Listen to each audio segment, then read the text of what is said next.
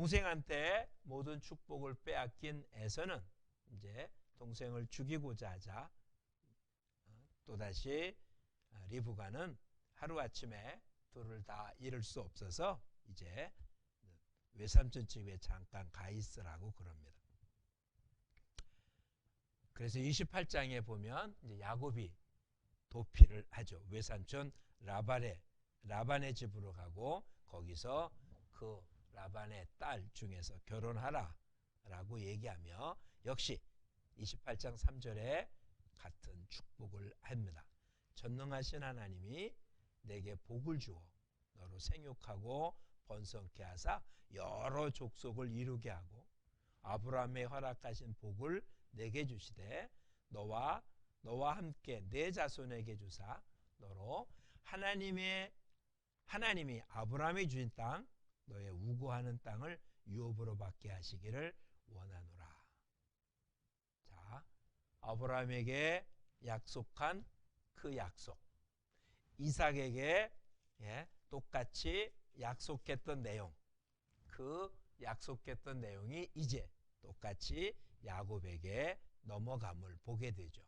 이렇게 약속의 흐름, 하나님 구원의 약속의 흐름. 창세기에는 구원이라는 개념보다는 축복이라는 개념이 겉으로 드러나는 모습이지만 결과적으로 이와 같은 모습이 하나님 구속사의 흐름이니까 이 흐름을 절대로 놓치면 안 될 겁니다. 그래서 이제 야곱은 장막에 거하는 조용한 사람이었던 그가 이제 아비집을 떠나서 바담 아람을 향하여 나아가게 됩니다.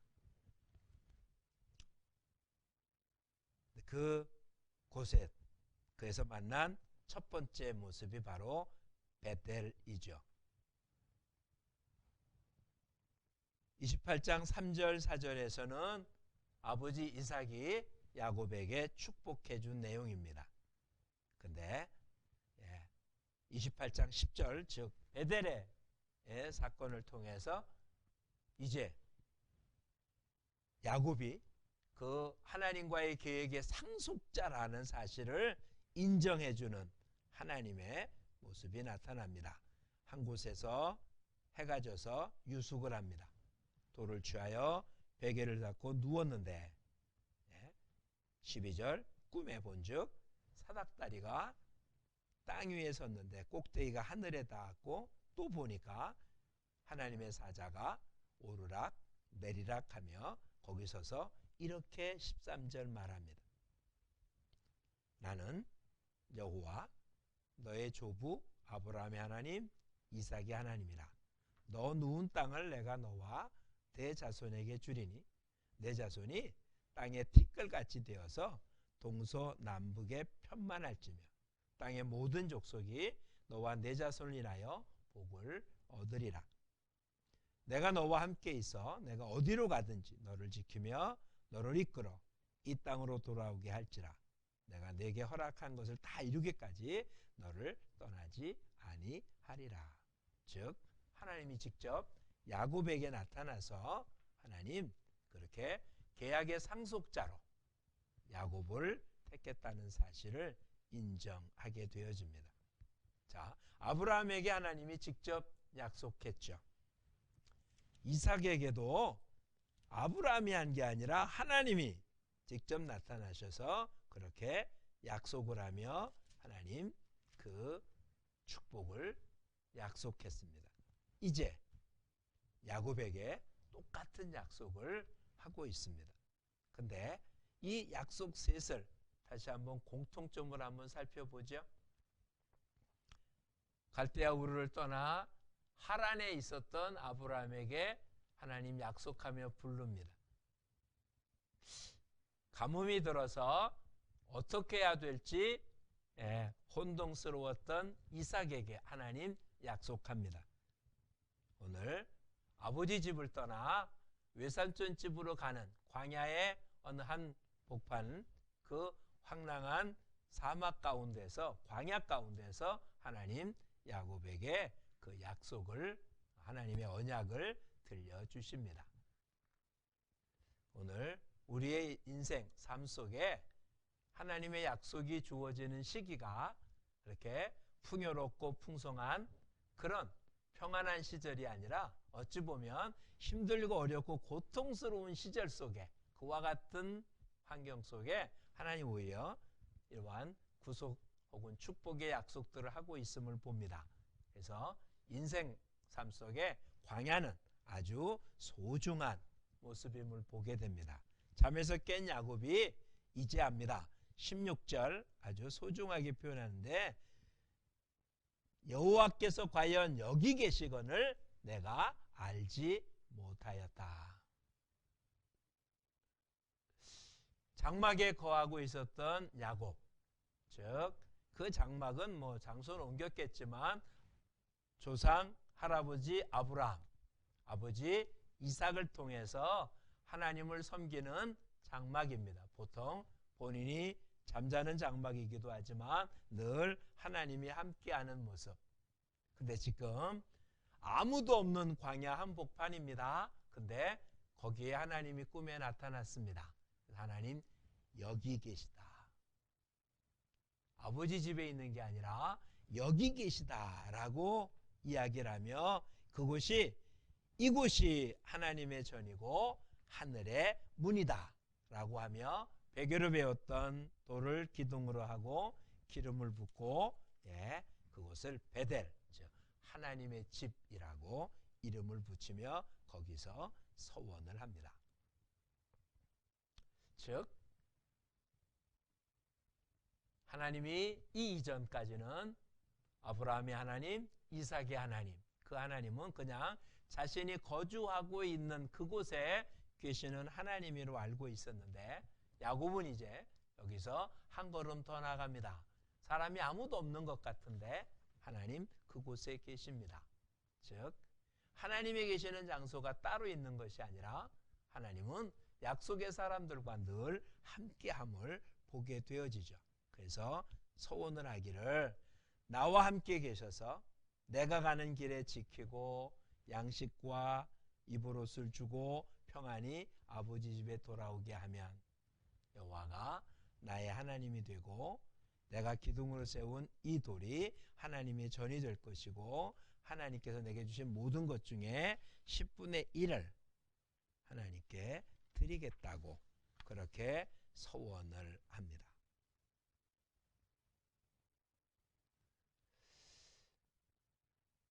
하나님은 어디 계십니까?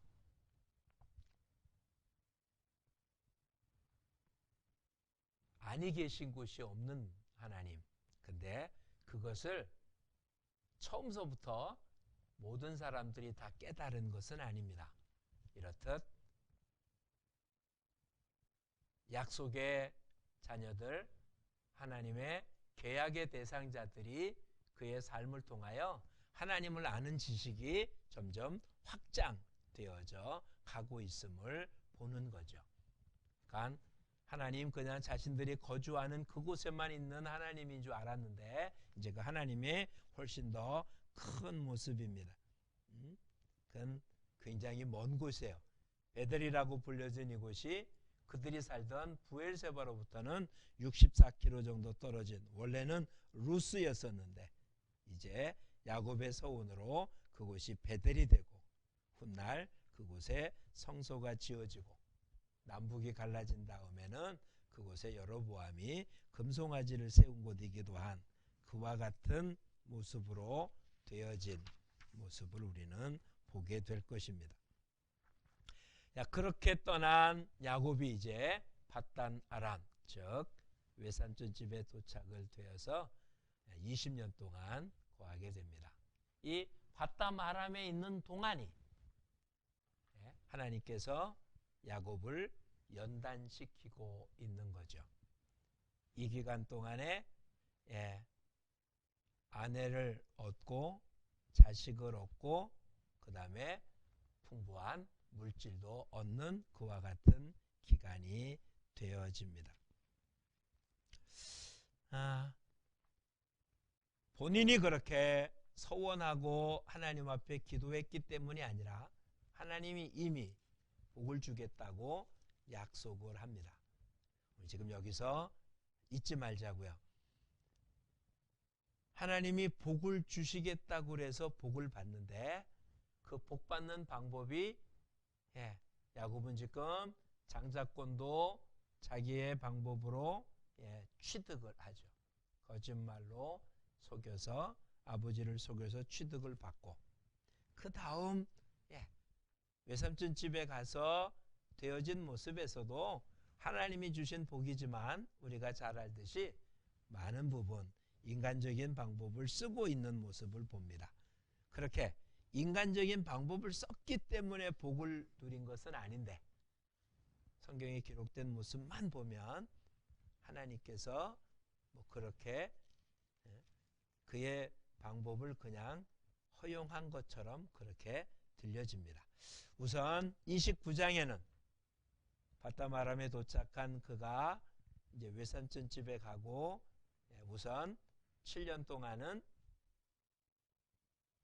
그 집에 그냥 일하길 수는 없으니까 결혼을 조건으로 7년 동안 일을 하고 그 7년이 끝나자 자기가 원했던 라헬과 결혼하려고 했는데 외삼촌은 그를 속이고 레와와 결혼하게 합니다. 그래서 또다시 7년을 더 일하기로 한 바람에 14년 동안 그는 아내를 위해서 일하는 그와 같은 과정을 갖고 그때 아이들을 낳기 시작을 하죠. 29장 31절서부터 보면 그 이전에 아이를 낳는 모습들이 쭉 기록이 돼서 하나하나 29장서부터 30장까지 11의 아들을 낳는 모습을 아주 길게 설명을 합니다.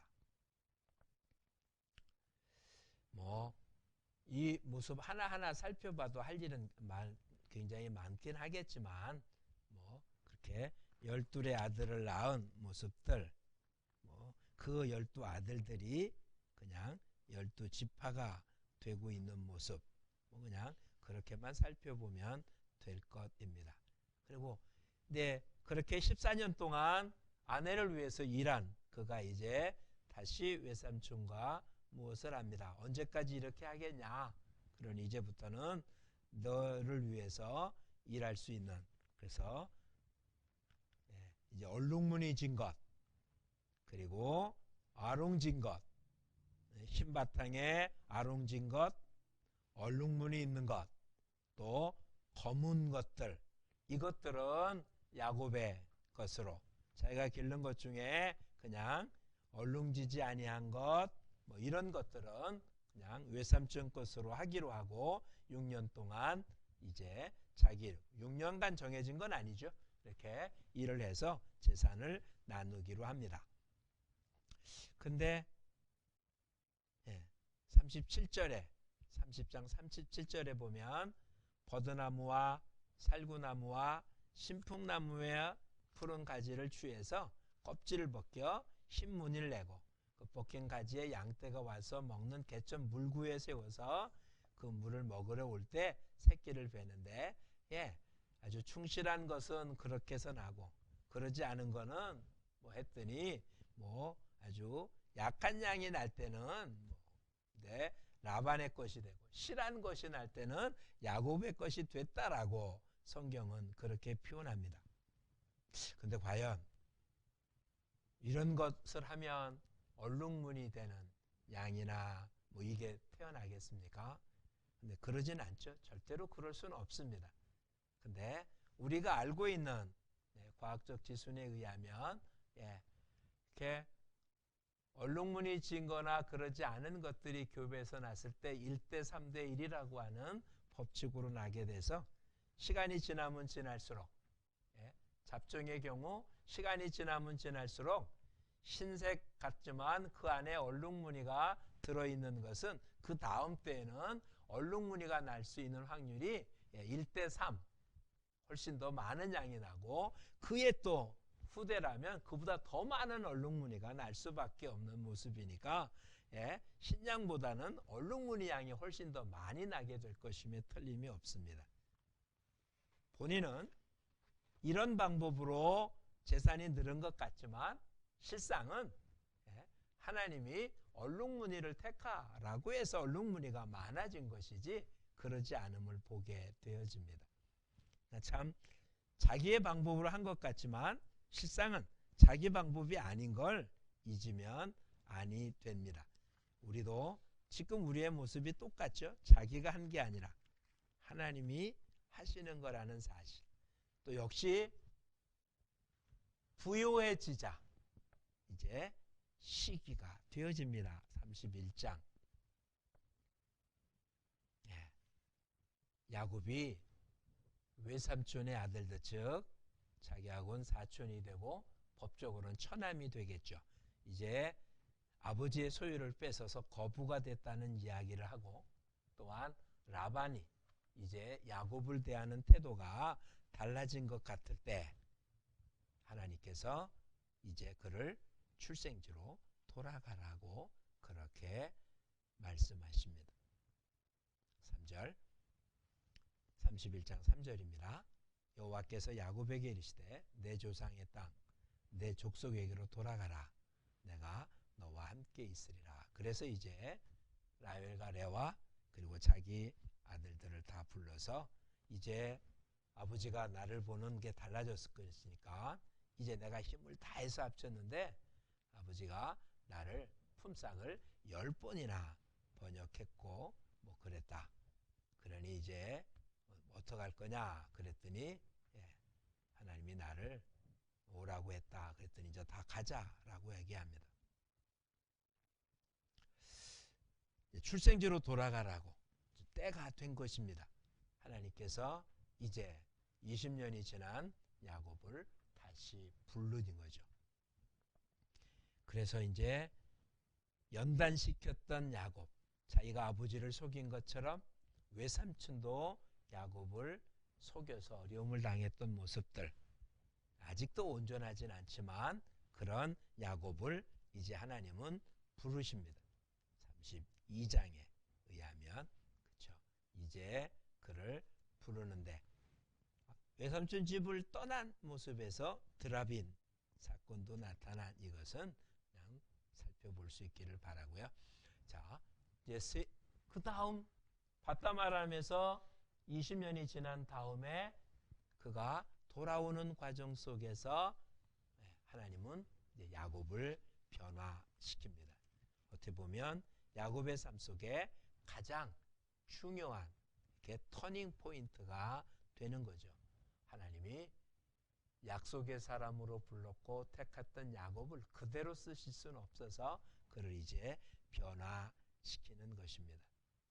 우리로 따진다면 그리스도 안에 있으면 새로운 피조물이라. 이전 것은 지나갔으니 보라 새 것이 되었다라고 표현한 고린도 후서의 말씀처럼 있는 그대로의 모습이 아니라 바뀌어진 거죠. 요한복음 3장 3절이나 3장 5절에 물과 성령으로 거듭났다라고 표현한 것처럼 그냥 야곱으로서 약속받은 야곱이지만 야곱으로서는 하나님의 그 약속을 이어갈 수 있는 모습이 아니라 그를 이제 바꾸어 놓는 것입니다. 이것은 이미 이전부터 나왔죠. 아브람이 아니라 아브라함으로 바꾸어서 하나님 약속을 이어가게 했던 것처럼 이제 야곱을 그렇게 바꾸려고 합니다. 32장 1절에 야곱이 진행할 때 하나님의 사자가 그를 만나고 그를 만날 때 그를 하나님의 군대라고 하고 그 이름을 마하나임이라고 불렀다라고 표현합니다. 아무런 설명도 없이 그냥 이렇게 중간에 떡 나와서 지금 이 길이 지금 베델로 돌아가고 있는 이 길이 다시 돌아가고 있는 이 길이 혼자가 아닌 하나님이 동행하고 있다는 사실을 알려줍니다. 그런데 문제는 에서가 걸리는 거죠. 에서를 피해 도망왔는데 20년이 지난 지금 에서가 어떨 줄 모르기 때문에 사람을 앞서 보냅니다. 그리고는 알아본 모습에 6절에 형 에서가 400명을 거느리고 주인을 만나러 온다는 끔찍한 소식을 듣습니다. 에서가 어떤 모습, 어떤 마음을 가졌는지에 대해서는 설명은 없습니다. 근데 400명씩이나 데리고 야곱을 맞으러 나오는 에서는 결코 그렇게 좋은 뜻으로 나왔다라고 볼 수는 없죠. 특별히 야곱의 경우 형을 속인 전략이 있고, 지금 야곱이 아버지 집을 떠났던 이유도 다른 데 있는 게 아니라 형이 그를 해치려고 했기 때문에 피한 것인데, 20년이 지난 그가 지금 똑같은 상황에 들어자 이제 그는 또 에서에게 선물을 보내기로 합니다.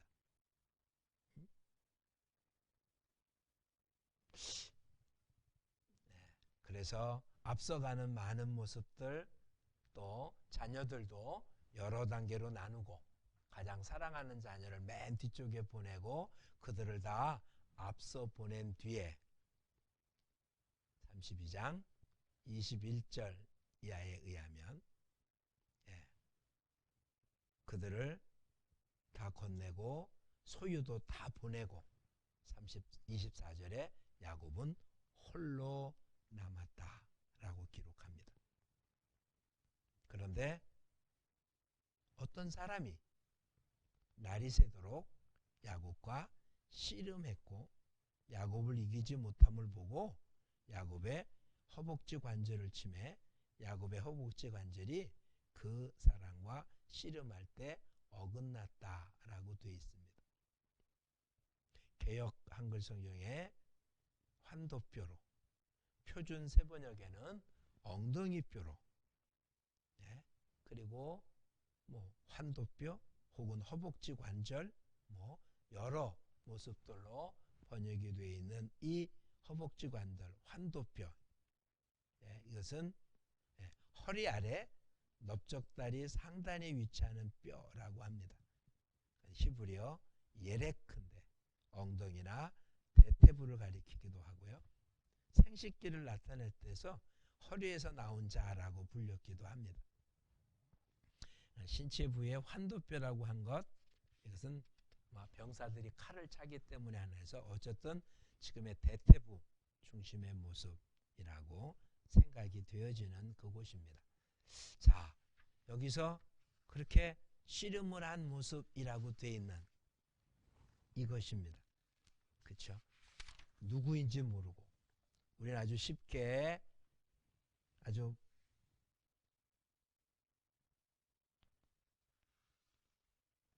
그냥 어떤 사람 씨름을 우리는 그냥 쉽게 그가 밤이 맞도록 야복강가에서 기도했다라고 표현을 합니다. 틀린 말은 아닐 수 있지만 성경 자체에 그렇게 표현하고 있지는 않죠.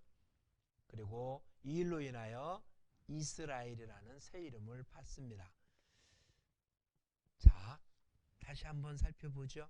야곱이라고 하는 모습이 움켜잡았다라는 뜻입니다. 다시 얘기하면 여태까지 야곱이 무엇을 움켜잡았습니까? 그렇죠. 겉으로 보이는 모습들, 이것을 움켜잡고 살아왔던 겁니다. 그를 위해서 수단 방법을 가리지 않고 살았던 그입니다. 근데 지금 어떤 사람과 씨름, 즉 영어 성경에 레슬링이라고 되어 있습니다. 왜 씨름을 했을까요? 그 자체는 지금 그 천사라고 표현되고 있지 않잖아요. 씨름하고 있는 도중에 압니다. 26절을 보십시오. 그 사람이 가로되 날이 세려하니 나로 가게 하라. 그때 야곱이 말합니다. 내게 축복하지 아니하면 가게 하지 아니하겠다. 그때 묻습니다. 이름이 뭐냐? 야곱이다. 다시 표현하죠. 그냥 붙이는 이름이 야곱입니다. 불리는 이름이 야곱입니다. 근데 실상은 움켜잡았다는 뜻입니다. 훔쳤다는 뜻이기도 하고요.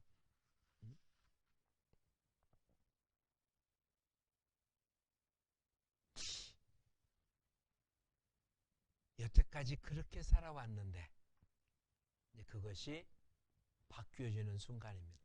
내가 여태까지 잡았던 것 갖고는 분명히 빈 몸으로 갔던 야곱인데 아내가 넷, 자녀가 11, 그리고 수없이 많은 재산이 된, 겉으로 보면 얼마나 큰 축복입니까?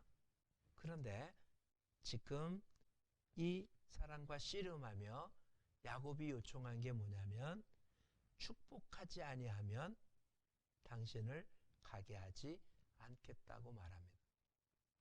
지금 갖고 있는 아내와 자녀들, 지금 누리고 있는 재산이 적어서 더 많은 축복을 누려야 되겠다라는 말 같지는 그런 것 같지는 않잖아요. 물론 처음 아버지 집을 떠날 때 축복이라면 이것이 축복일지 모르는데 20년이 지난 지금 그는 이제는 정말 거부가 됐음에 틀림이 없습니다.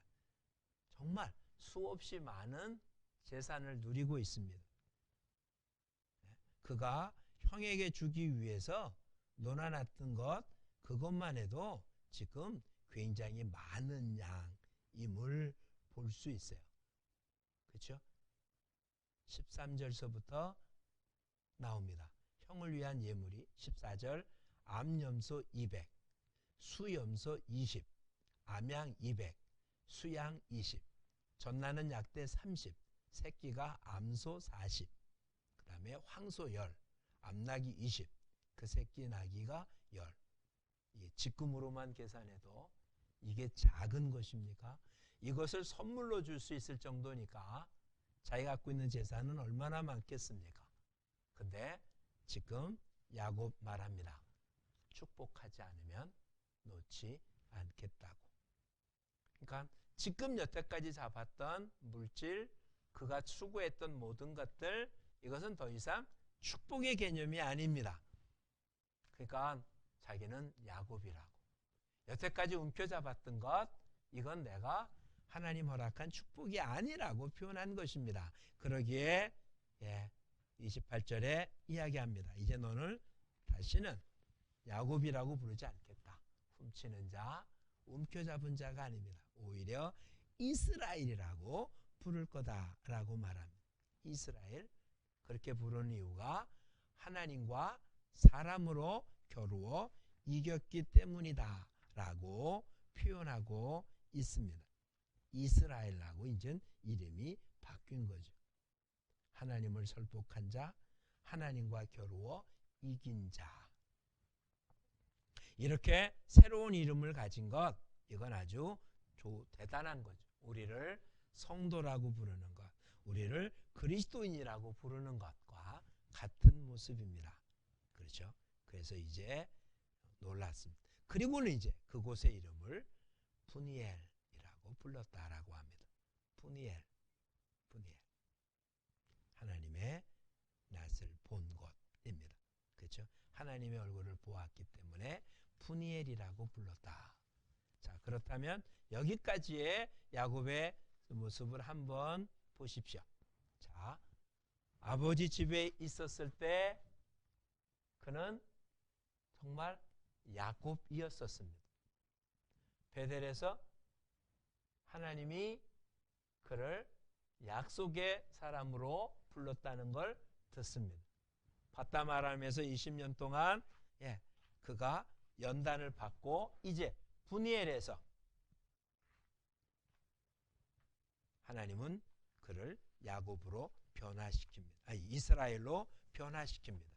그렇게 변화됐더니 33장 놀라운 모습이 나타나죠. 400명이나 데리고 온 에서가 야곱을 보자 그는 서로 목을 어긋맞고 입 맞추고 피차에 우는 화해의 모습으로 나타납니다. 하나님과의 관계, 즉 하나님의 간섭 속에 변화된 야곱은 이제 사람과의 관계 속에서도 문제가 편안해집니다.